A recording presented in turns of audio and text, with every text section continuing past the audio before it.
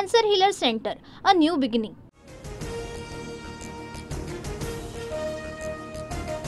चंद्रशेखर बावनकुळे यांनीच धसांना ट्रॅपमध्ये पकडलं का? संजय राऊतांचा सवाल.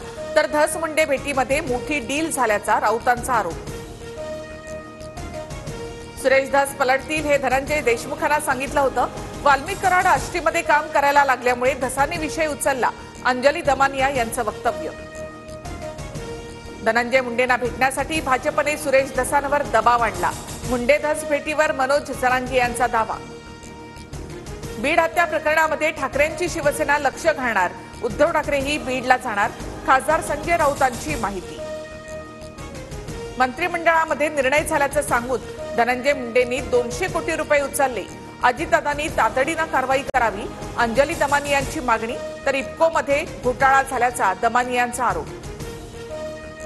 मुंडेंच्या राजीनाम्याबाबत मुख्यमंत्री उपमुख्यमंत्री निर्णय घेतील. कोणत्याही गोष्टीला मर्यादा असते. भरत गोगावले यांची प्रतिक्रिया.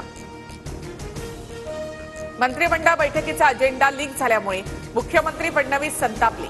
अजेंडा लीक झाल्यास मला कारवाई करावी लागेल. सहकारी मंत्र्यांना मुख्यमंत्र्यांची तंबी.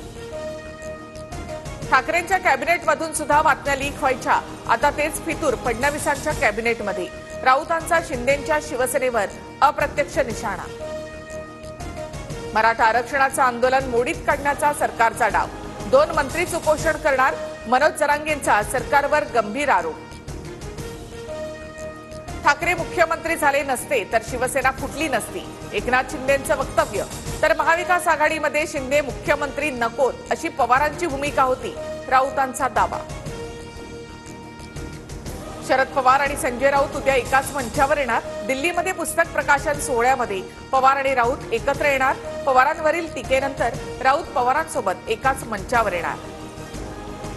शेतकऱ्यांच्या संपूर्ण कर्जमाफीसाठी शेतकरी संघटनेचा एल्गार.